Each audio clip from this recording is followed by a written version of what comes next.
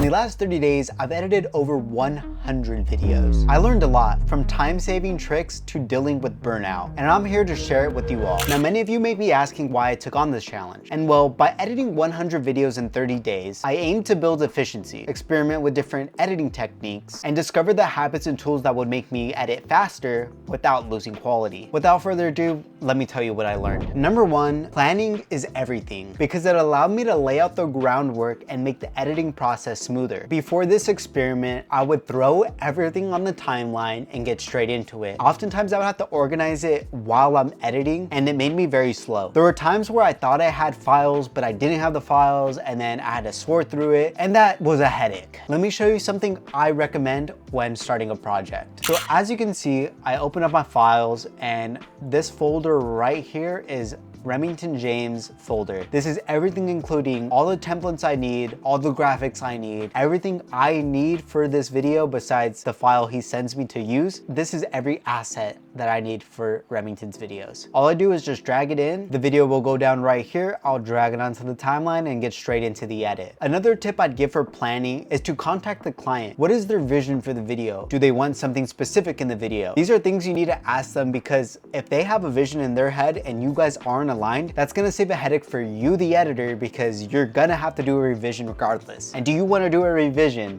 Probably not. So make sure you're planning with the client, making sure you know their vision and being able to deliver it. And number two is mastering keyboard shortcuts. Keyboard shortcuts are one of the most underrated things when it comes to video editing. Let me just say, the keybinds that come with video editing softwares are not good. And this is why you want to remap the keybinds to what best suits you and will make you faster. And lesson number three is making presets. Now, I don't mean going online, downloading your favorite whatever, and then using it. What I mean is in your own edit, if you have a consistent client that you're consistently using the same effect, whatever it may be, make it a preset. That way you don't have to recreate the same effect over and over again. You can have it right at your disposal. Now, let me show you an example of how I made my own preset while editing. So in Remington James videos, I always use this link in description. Now, I can either just drag it and drop it on here, or I can go into text, type in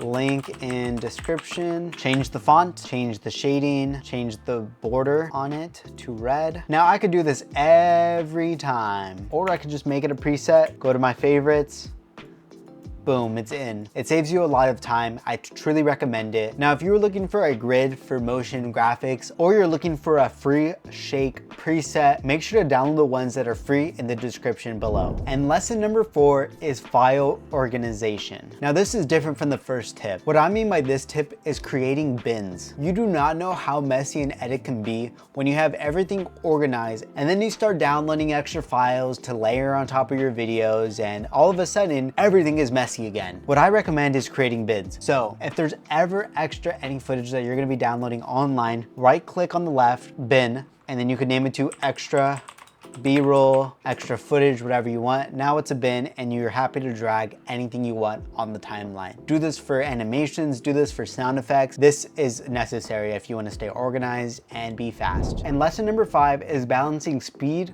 with quality. Look, you want to be fast, but you don't want to lose quality. Now, this one is very easy. Now, you're going to save a lot of time by using the tips I already gave you. But when you're rushing an edit and you're finished with it, you render it, you watch it back, and you feel like, what is this? Or you have that gut feeling that this truly isn't right. That is your measure to go back in the edit and take as much time needed to correct anything that looks off or any mistakes you would have made. Something else I'd give with this is coming back to the edit with fresh eyes. Say you edit all of it, you render it out, go take a break, go get something to eat, come back, watch it back. More often times than not, you'll end up adding something or maybe taking away something that doesn't belong or does belong. And lesson number six is managing burnout. Look, editing these 100 videos pushed me to burnout. I honestly contemplated quitting. There were times where I really second guessed my profession, and I didn't know if this is what I really wanted to do anymore. So what I would recommend is go out, hang with some friends, find who you are, and come back with a fresh mind. I realized that to sustain high quality work, regular breaks were non-negotiable. Even if it was just for a few minutes, just stepping away from the screen really helped a lot. And one thing I'm still guilty of, but really did help me, was editing at late hours. hours. When you're ready to go to bed and you know you need to get an edit out, it's never anything fun. You end up losing so much sleep, or you end up sleeping deep into the next day and now your schedule's messed up. That's one of my biggest tips. And thank you guys for watching the video. I hope you guys liked it. You know, taking on this challenge of editing 100 videos in 30 days